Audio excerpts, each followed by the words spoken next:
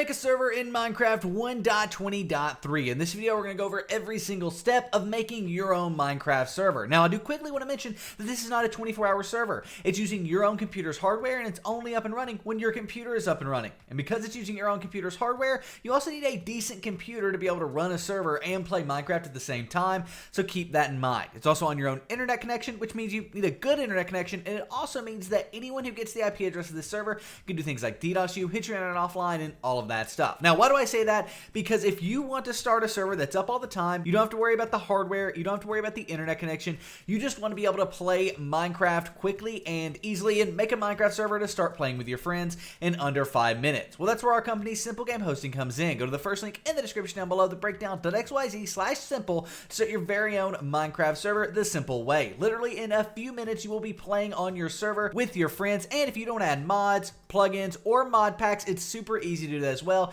There's even a super simple mod pack installer that allows you to install hundreds of mod packs in just a few clicks. Plus, if you have any issues along the way, there's expert live chat support to help you out and fix any issues you may have running your server. That includes issues with mods, mod packs, and all of that stuff as well. So no matter what, if you want to start a server the simple way, go check out Simple Game Hosting at the first link in the description down below, the breakdown.xyz/simple, and get your server running in just a few minutes instead of this video 15 plus minutes. So nevertheless, how do we make a server if you don't want to start one the simple way at Simple Game Hosting? Well, first things first, we need to download the server file, so we're going to go ahead and transition here. This is an in-depth text guide on getting a server. It goes over everything you need to know, the different server software, as well as how to make a server step by step. However, once you're here, you would simply want to click on this Download Minecraft button to be taken to the official server download page for Minecraft. Once you're here, you want to find the Minecraft 1.20.3.jar. As you can see, Minecraft_server 1.20.3.jar. Go ahead and click on that, and it will go ahead and start the download. You may need to keep the download or save it in the top right of Chrome, bottom left of Chrome. Kind of just depends on what version of Chrome you're running, but you may need to keep or save this file. 100% safe to do that because we're downloading this from Mojang's official website. From there, we want to go ahead and minimize our browser, and what we want to do is create a new folder on our desktop. So we want to right-click, create a new folder. You can name this whatever you want, Minecraft server. I'm going to name it simplegamehosting.com because that's the simplest and easiest way to start a Minecraft server. And then we're going to go ahead and move into this folder the file we downloaded. Now for me, that's going to be in my downloads folder here. So we can go ahead and drag this from here into this folder on our desktop, right like so. Once we've done that, we want to actually go ahead and open up the folder on our desktop. And now all we need to do to start our server is double click on this. But for a percentage of you, maybe even a lot of you, when you double click on this like this, it's not going to work, right? As you can see, it works for me. It loads some things in. And specifically, we're looking for an EULA.txt file right here, an EULA file. But if you don't have that and it just doesn't work, maybe you get an error, something happens, what do you need to do? Well, you need Java 17. And in the description down below, we have a link to this, which is how to get Java 17 for Minecraft mods and servers. You need this for Minecraft servers, and it goes over everything you need to know to get it. Super in-depth guide with screenshots and a video. After you get Java 17, though, you may not be done. You still may not be able to double-click on this server.jar, and that's because you need to run the jar fix. What that's going to do is take all the jar files on your computer, including that server file, and link them back to Java, making them work happily together. Nevertheless, if we go ahead and minimize our browser, you will be able to double-click this server file. Now, it may not be server.jar, and if it's not, you can come here to the top and click on View, and then make sure File Name Extensions is checked. Just a little thing there. When you check that, it will create the .txt, the .jar, which is just easier to have it look the same as what mine looks like. Then you want to find this ULA.txt file, which will generate when you successfully double-click the server.jar. Open up this file in Notepad, and then what we want to do is go ahead and go to this link, and assuming you agree to the Minecraft EULA, which we do, change EULA equals false to EULA equals true. TRUE, exactly like that. Then go ahead and click File, Save, right like so, and we now have this EULA agreed to. We can close out of this. Now all I've got to do is double click on the server.jar and our Minecraft server will start. Now at this point you can join your server, so I'm going to go ahead and do that, and then after we join it, make sure everything works, we'll go ahead and allow our friends to join our server, because I'm guessing if you're starting a Minecraft server, you want to play Minecraft with your friends, so we'll do that in this video as well. But let's go ahead and open up Minecraft and join this real quick. So here we are, Minecraft is open, the server is started. How do we join join it? Well, right now, all we got to do is go to multiplayer, and then we want to go ahead and click proceed if you have this. If you don't worry about it. It will take you to a screen that looks like this. On this screen, you can do two things. You can either direct connect or add a server. We're actually going to go ahead and add a server, and we're going to name this our local connection. The reason we're doing that is only you on your local computer that's hosting the server can join using this IP address, but it's worth testing at this point. So let's go ahead and do the IP address localhost. All one word, exactly like that. Localhost is our server IP address here, and then go ahead and click done. And now we have the local connection here, and if we double click on it, we'll see us join in on the left-hand side, right like so. Boom, we are now in game. Now, with that being said, go ahead, you can run around. If the server is lagging, if you're getting, can't keep up messages and things like that, it could be that you don't have a good enough computer to be able to run the server, so keep that in mind. If you can't run the server with just you on it, adding friends to the server is not going to be beneficial and is going to, well, really lag your computer and give a bad server experience. And that's where hosts like Simple Game Hosting can come in to help because it's not using your hardware. But what if you do want your friends to be able to join this server? You confirmed you can join. Let's go ahead and let your friends join. Go ahead and click escape, disconnect. We're going to close out of Minecraft. We're then going to go ahead and stop the server. And how we do that properly is by coming over here into this little console area and typing stop. Exactly like that, and hitting enter. That's going to shut the server down properly and make sure everything is working correctly as it should and saving correctly as it should. Now from there, let's go ahead and port forward to allow your friends to join. To do that, what we want to do is go ahead and open up the command prompt. So go into the start menu, type in CMD, and then you'll have the command prompt here. Open that up, and then in the command prompt, what we want to do is type ipconfig, ipconfig, exactly like that, and hit enter. That's going to give us all sorts of numbers here. We want two numbers. We want our IPv4 address and default gateway. I'm going to go ahead and make note of these in Notepad, but you can make note of them wherever you want, just so as long as you can access it later. So as I said, the first number we want is the IPv4, and that is going to be right here, IPv4 address. In my case, that's 192.168.1.3.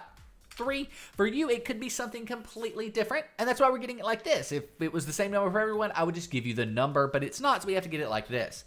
The next thing we need is our default gateway. Now, for me, my default gateway is 192.168.1.1. Now, for you, you may have a big long string of numbers and letters, and then directly under that, you'll have one that's just numbers in a similar format to mine.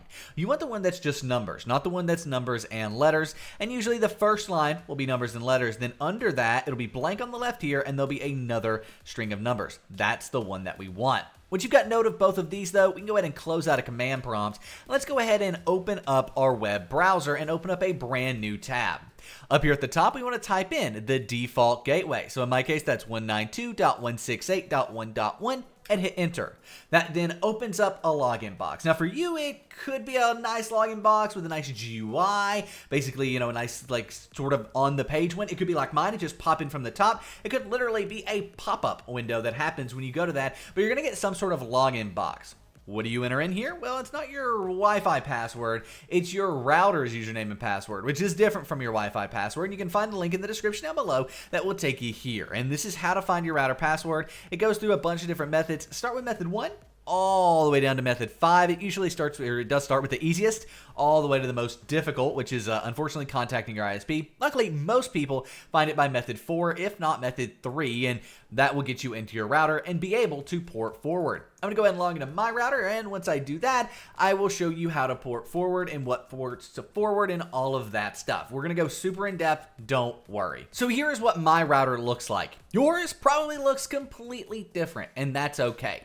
Not only am I going to be giving you all of the common terms that you should look for when you're port forwarding, 2, we do have a guide, of course, with how to port forward on any router. This is all the modern routers that are out there today. Linksys, Netgear, AT&T, Verizon, Cisco. They're all covered in this guide here on how to port forward on any router. It's worth checking out even if your router is not on that list because a lot of the terms are similar. So you might be getting in your router and go, hey, this is very similar to an AT&T router, for example, or a TP-Link, for example. So worth checking out even if your router's not on that list. But I'm going to give you the common terms of what port forwarding could be in your router. And Honestly, it could just be called port forwarding, but it's probably going to be in an advanced or administration tab, an advanced and an advanced tab, an internet, networking, or security tab. It could be called apps and gaming. It could be called NAT forwarding, NAT forwarding, or NAT gaming, NAT gaming.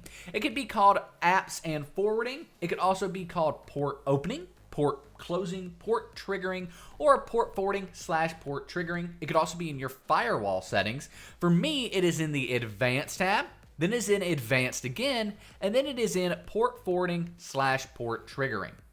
Now, for you, you may have the ability to add a new port forward. You may just have a big long list of empty boxes once you find port forwarding, but don't be afraid to click around your router until you find it, because you can't really break anything as long as you only save the port forward, and even if you do mess something up, it's easy to reset a router back to factory settings and it'll work just like new. Nevertheless, let's go ahead and add a new custom service for me, add a new port forward, create a new port forward, or like I said, if you've got a big long list of boxes, just start off with the first box and enter in your information there. For the service name or ID, we're going to name this Minecraft server because that's what this is for. For the protocol, we can do TCP/UDP, UDP/TCP, or both. We want to make sure that both of these protocols are selected though, because well, both are required. This, we're going to go ahead and select both of these. For the external port, internal port, anything involving the word port, P-O-R-T, you're going to enter in 25565. So external port, hey, there's that word port, 25565. For internal port, guess what? That's going to be 25565 because that word port is there. Anywhere where you see the word port, 25565.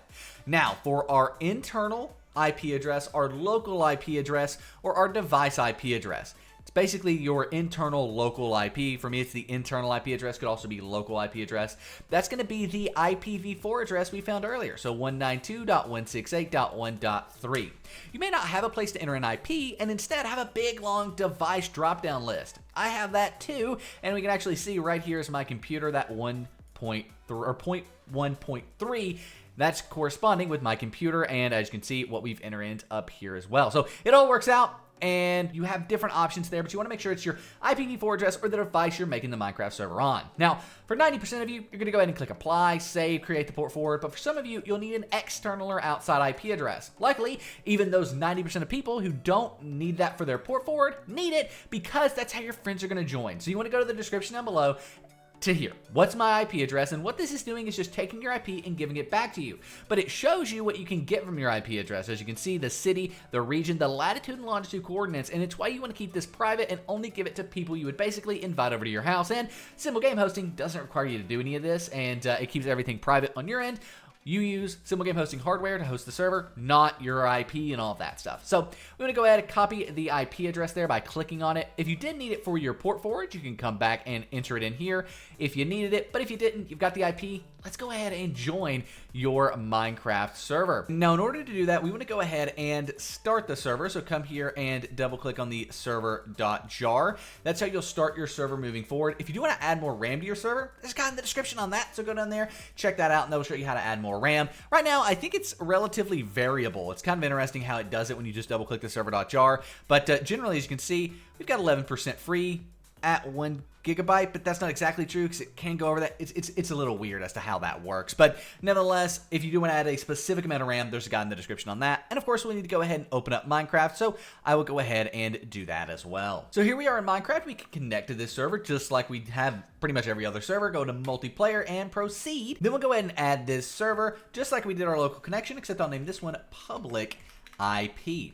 Now, I'm pasting this in. You can only see 4.3. I should have mentioned that earlier, but the reason you can only see 4.3 before as well is because you don't want to give this out to anybody and everybody. As I mentioned, only people you trust. So we don't want this public online. So that's why you can only see 4.3 here as well as on the other website. That's just showing you it's the same IP address we're using in both places. When you click done, here it is. Now, I can join via my public IP. If I double click on this, it'll let me join using that. But for you, you might not be able to. It's not uncommon for an ISP to block that connection because what you're doing is connecting back to yourself. It's a little bit of a weird thing, and understandably, some ISPs don't quite like that and don't quite like you connecting back to yourself in order to join, like a server or something like that. Luckily, that's because you can always join via the local connection, the local host IP. The only people that have to join via your public IP are your friends. So go ahead, send them your public IP, and they can join using that while you're using the local IP address. Now, here's the thing. what if you can't have your friends join? Like, everything's set up, you've double checked the port forward, it's working, your friends still can't join. Well, it's most likely a firewall on your router or Windows Defender firewall blocking the connection. Luckily, in the description down below, we have a guide on how to fix Windows Defender firewall to allow Java for Minecraft servers through the firewall. So this goes over everything you need to know to get things set up and allow Java through Windows Defender and basically allow people to connect to your server using that, right? So this covers everything, and this is the most common issue people run into when starting a Minecraft server. So keep that in mind and go check this out if your friends can't join, even if your port forwarding is correct. Now, I mentioned at the front end that Simple Game Hosting has live chat. That's because Minecraft servers break all the time.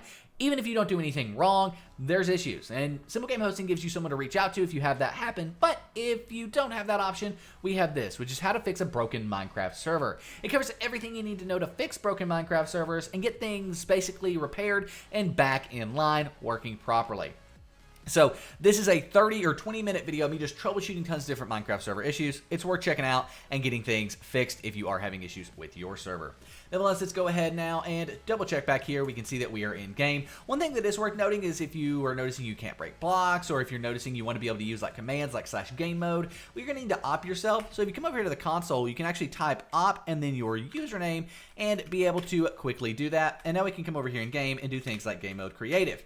Be careful who you give op to though, because we can also do /stop and, well, stop the server doing that. Let us know if you have any questions. We're more than happy to help you out, and we will see you in the next video. Enjoy your Minecraft server, and I'm out. Peace.